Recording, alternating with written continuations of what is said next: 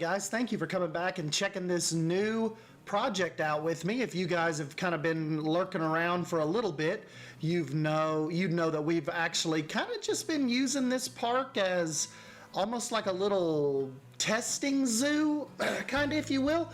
And now it's kind of turned into a little more serious. So now Shiloh Ridge Zoo is a full-on new project, and I wanted to bring you guys in now that a good kind of entrance, good first couple enclosures is kind of ready to go. And I thought this was a good time to really kind of just jump in and take our time and go through some of the layout and some of the details with you guys, and just some of the things that I've tried on this zoo that I've not necessarily tried before. And you know, I guess we can just get this right out of the way now. We know I suck at zoos. We know I do not have a good concept of zoo layouts or where animals would go, but let's just look at this in the vein of I'm going to give you guys a very themed entertainment experience, maybe give you guys some inspiration to use in your zoos, and of course your feedback is always welcome as far as, you know, where you think the next animal enclosure should be. If you don't like something where it is, and I am always up for some suggestions on how to kind of improve my zoo builds, and particularly the layouts, and you know, what wouldn't really look right or what doesn't make sense. I don't know if you guys don't tell me. And of course too, I love it when you guys really enjoy a certain area, or you know, I show you pieces that you might not have thought to use that way. So any type of feedback, constructive, good, bad, whichever, I really like taking that in and kind of trying to make these builds a little better. So without further ado, let's just jump right in. There is no parking lot. I've not brought Remnant in yet for any type of build. Remnant is like my go-to entrance realism wizard. But so this is just kind of, remember, like I said, this zoo started out as just me never really building in a desert setting, and just kind of wanted to come in and try some stuff. So this is just like your main little entrance archway. You kind of come through here, and you are greeted bathrooms to the left, and Millie's gift shop to your right. And I'm hoping one day to do like a cool sloth type of enclosure. Haven't got to that yet, but I thought that could be a cool tie-in with the zoo, like if we actually have her out there in the zoo somewhere, and then the guests can relate going into Millie's, you know, when they're kind of making their way out or into the zoo to, you know, do their little gift shop purchases and stuff like that. And then as you make your way in, the first thing you see is the great crane, the red-crowned crane exhibit. Really kind of wanted to, on this zoo particularly, go with more believable, smaller designs. I found this really cool penny press on the workshop. We'll go back and anything I can think of that we got off the workshop, we'll do a shout out kind of as we're walking through here. But also, one thing I wanted to do with this zoo that you see a lot in theme park design is I like the different, how the different pathways intersect, how it's not all just the same texture through the whole zoo, because really, you know, that's not how a lot of zoos are. There are a lot of different path mixtures, as well as the fencing. You'll see here we've got this fencing I found on the workshop, and then I transition over here to our giant anteater. This is one of Simply Savannah's older fencing pieces, and I love just kind of that change up, because like we mentioned, the same as path, the fencing is not always the same. They change that up a lot. And I just think it looks better. It's just more aesthetically pleasing, and kind of that theming element of the ground change, like the different pathways changing, I think make it look really cool. Got our big lion statue out front. I love this giant tree. On the live stream, we had talked about actually removing it, and everybody was like, "No, leave it." And I think you're right. I think it kind of, that tree being there almost promotes like exploration, because see, when you're here now, you can see all the way back to that elephant, that little bridge. You can almost see the rock climbing wall. But with it there, see how it kind of makes the whole area a little more mysterious. And then two, I think one of the biggest problems with this zoo right now, one thing I really need to address is the signage. Because, you know, if you're standing here right now, right when you come into the zoo, you have no clue which way to go. You can peel off over towards that tunnel. You can make your way to the right, kind of past the anteater, or up into the like the little cliffside walkway. So we really need to get some signage going. Excuse me, I had to take a little drink. And so yeah, we'll work on that. This is, of course, kind of the main thing I think would pull you over this way is the Shiloh Ridge little zoo sign. And we've got Haribo's really cool little coffee cafe stand. I thought that fit perfect right here, kind of like in this main little fairway. And we've got the little tables and chairs out front. I found those on the workshop. This is a heavy workshop zoo, so we're definitely gonna have to give a bunch of shout outs. This is a little project I actually worked on yesterday evening. And guys, if you want to download this is actually on the workshop right now. You guys ever go into a zoo and you see like the little trains that take the kids around? Well, that's what I did. We've got like a little caboose, like a supplies, and I put a little shovel and stuff on there and a bucket and some tents and stuff. But yeah, I thought this would be really cool to just kind of to be like a little a scenery piece, just to almost like implies that, you know, this little thing gets up and goes around the park and takes kids on little rides and stuff. So you can find that on my workshop right now. Really happy with how that piece turned out, and love to see those in the zoos. I need to get Emma to back up to Zoo Knoxville now that she can walk and run around, and get her in their little train that they have. Now this out here, this is nothing's really accounted for out here yet. I found this wonderful little kind of like a little bar, like almost like a little just walk up quick service little restaurant. They're, you know, kind of like little I don't even know what you'd call it, like almost like a pop-up little drink stand to put right there, and nothing is out this way yet. So I was just kind of preparing the path work for whatever we kind of decide to go out that way. But yeah, so definitely still got plenty of ideas to work with, just don't know kind of what's going to go out that way yet. If you move kind of this way, you've got another little area that you can view the giant anteater from. Really happy with how his little, almost like little cliffside habitat turned out. And then you have the stairs, you have the little walkway here for some elevated viewing. You can look down on him. And then at night, he's got his little escape tunnel. He's got his like little burrow. He could go in there and rest, or if he just kind of wants to get away from the crowds, we've got that. Love this freaking exposed bark. That's why I love that tree so much. If you actually peel your way around this main little island, we have a full Wallaby walkthrough exhibit.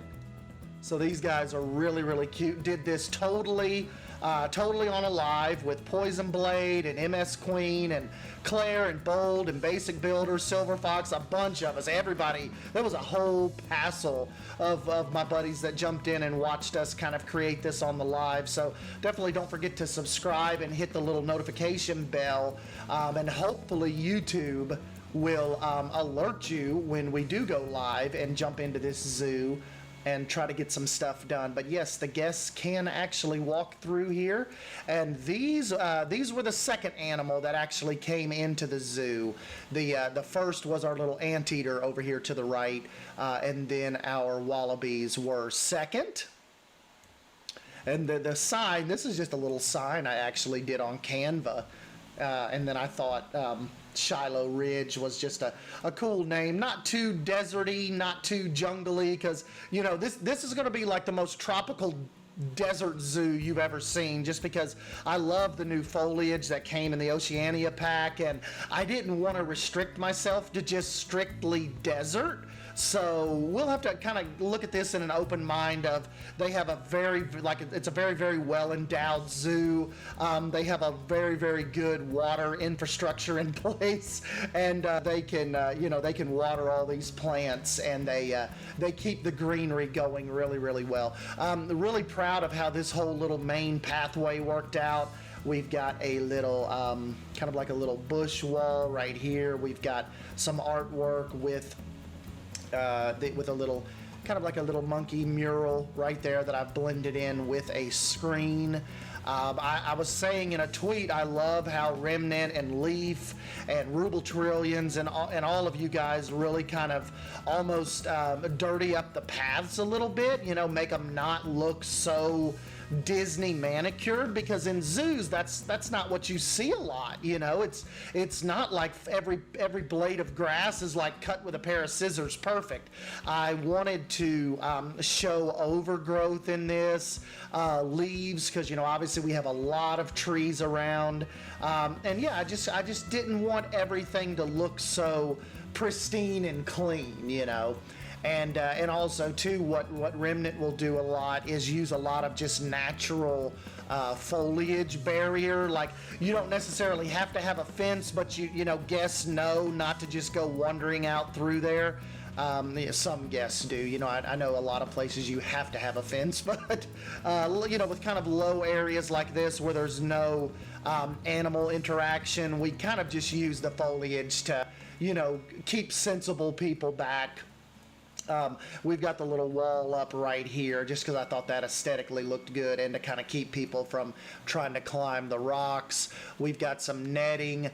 Thanks to the power of the free build mod, I've got this little 2-meter bridge that the guests will be able to cross as kind of like they're making their way out of the Anteater Cliff area, and that kind of leads you down and around over to the other side of the orangutan exhibit. And I'm really, really pleased with how that bridge. Don't you guys think that bridge kind of just adds a little pop to this main artery here, this path? I covered up as much as I could of the concrete with the actual wood beams. I believe those are actually even from the Arctic set, and I think it looks a lot better when they kind of cover up that concrete. These are my little custom lamp posts. I'll get those put on the workshop. One of my buddies, she was doing a build not too long ago, and she had did the like some really awesome custom like lamps for her, almost like an ocean, kind of like a New England nautical type zoo, and I thought it just looked really, really cool, so I kind of tried to emulate that, and I think these lamp posts just go with the vibe of this zoo. Really, really cool. When you make your way under the bridge, this actually used to be a giant planter, but when I let guests in, look at the little look at the little gibbons.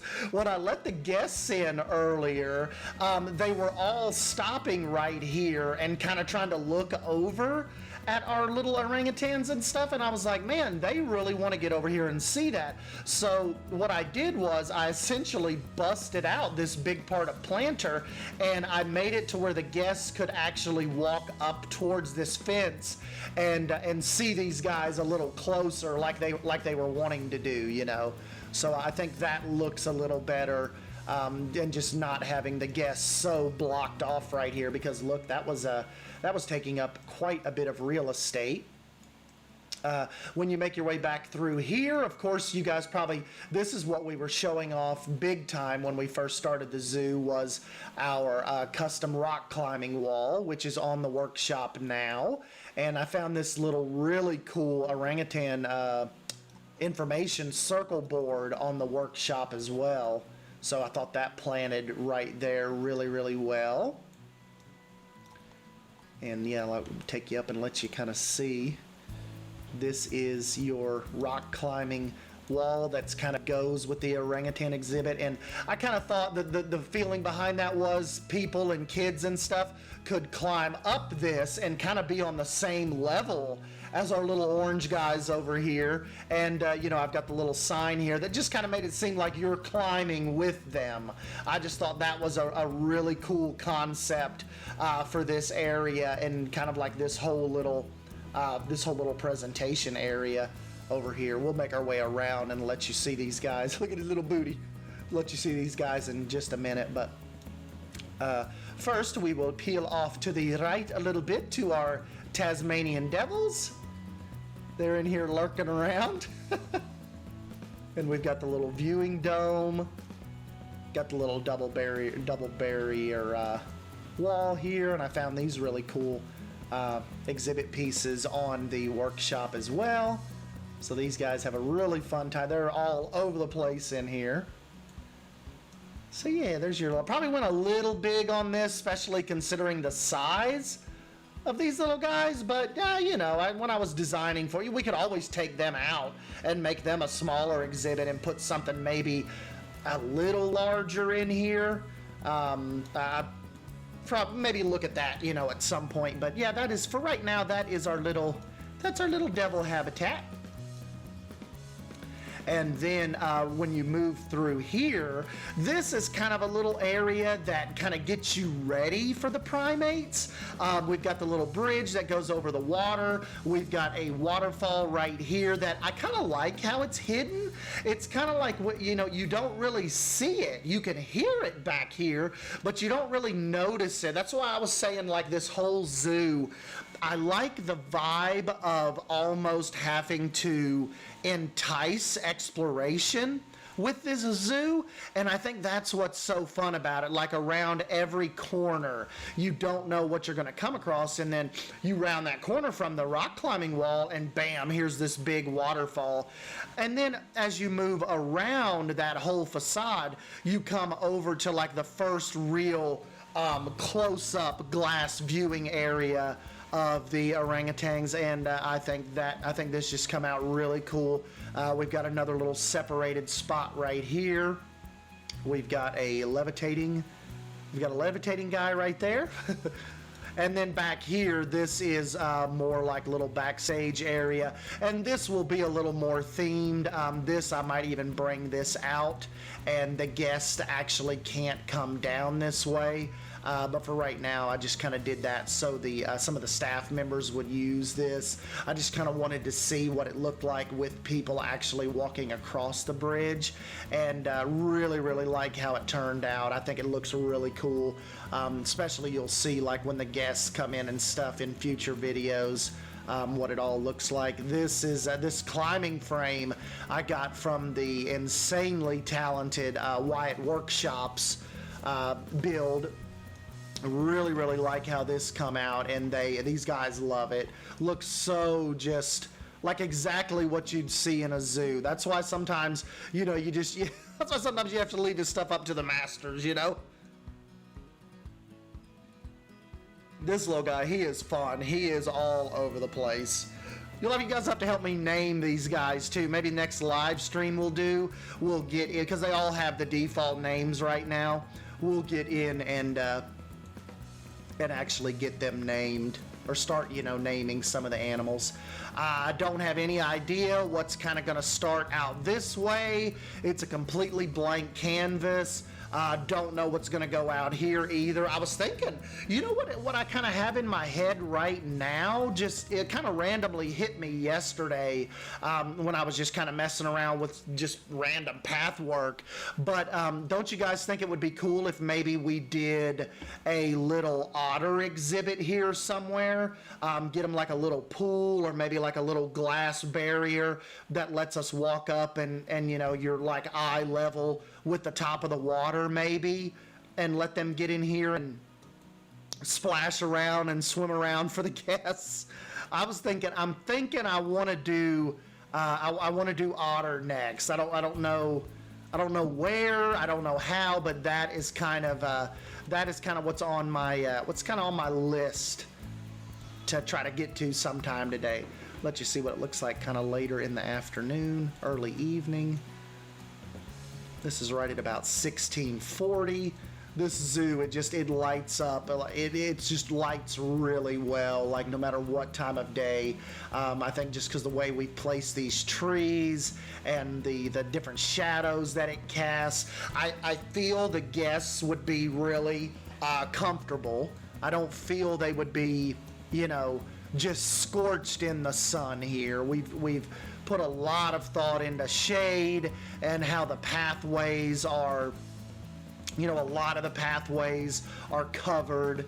But I'm just kind of taking my time with this. I was actually going to record this video probably Tuesday or Wednesday of this past week, and I just kept adding new stuff, like just different parts of the path I wanted to see better, different. I found this little kiosk that I wanted to add in. Then I started working on this train last night. There is so much of this zoo that has been added to in the last 48 hours. And then finally this morning I was like, okay, I have got to get this. We've got to get this recorded. I've got to stop for a little bit, or this whole zoo is going to be finished in one episode. So. But so let's go ahead and let me go down through here and just see, kind of make sure I try to give a proper shout out for some of my main pieces that you guys have seen. Of course, Haribo with the little coffee shop, the little crepes. Let's just see. Definitely wanted to give you guys a proper shout out on that little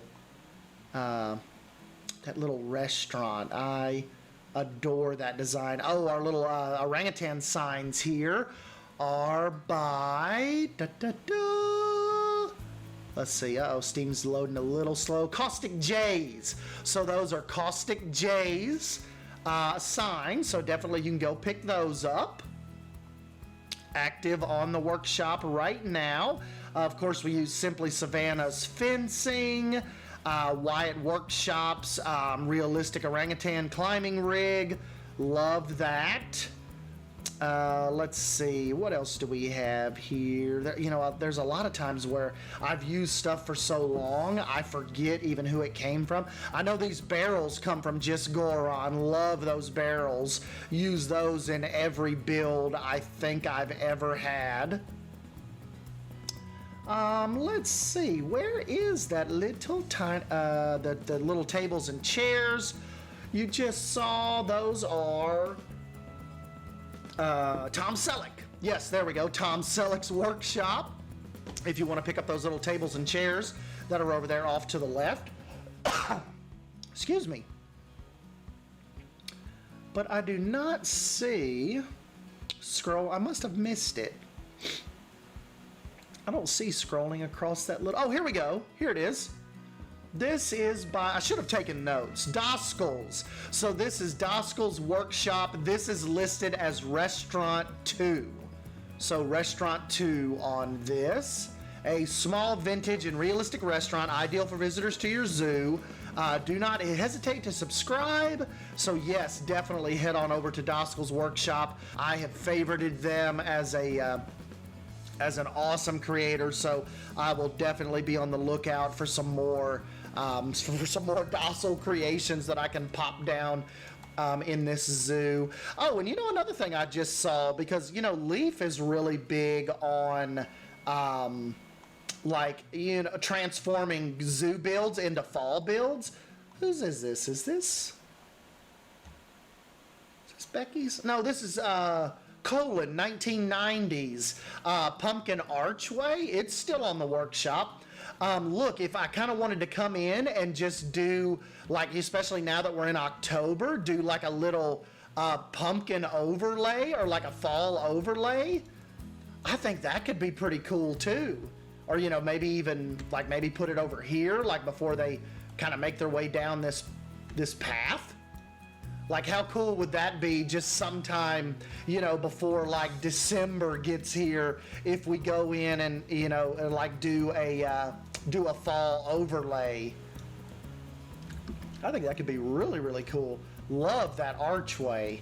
I was thinking Becca did some autumn designs, and we know Simply Savannah did like a fall barn set and some cobwebs and stuff like that way back in the day. But yeah, so give you an overview. This is the footprint. So this is not very large at all yet, and it's really just in its infancy right now. But I think what's so fun about this zoo is I'm using so many lessons learned from past zoos, and I think that's why we're able to make this look so cool. This is literally 4 years of practice and training and design ideas and looking at what looks good, what doesn't look good, and just kind of, you know, reaching back into that to that file box of different ideas we've tried over the years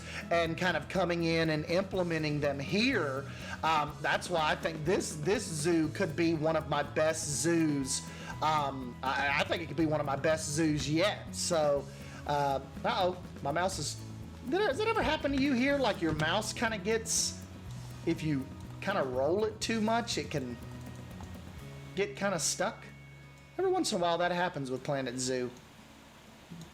But yeah, anyways guys, I'll go ahead and quit bugging you here, and I guess I'll give you an update whenever I get a little more done. Maybe we'll do an update after I do the otter exhibit and let you guys come in and just kind of see what you think about that.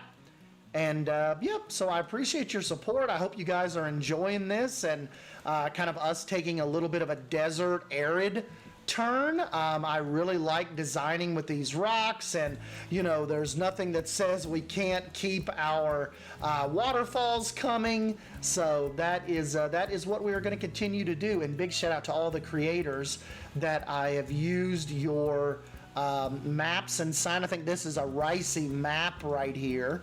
And oh, the penny press machine. Yeah, hold on. Wait, before we go, I got to give a shout out to the penny press. That was by the insanely creative Brocket Man. So Brocket Man's workshop is where you will find that penny press. It would be awesome if Frontier did us a actual functioning penny press. I think that would be really cool. But anyways, guys, yeah, I guess like I said, I'll jump on out of here, and you guys let me know what you think. Oh, we are actually stuck again. That's kind of weird.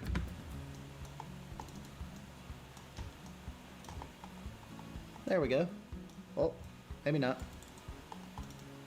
Well, anyways, let me get this figured out, and yeah, thank you guys. I will catch you in the next video. Let me know what you think about Shiloh Ridge Zoo. See ya.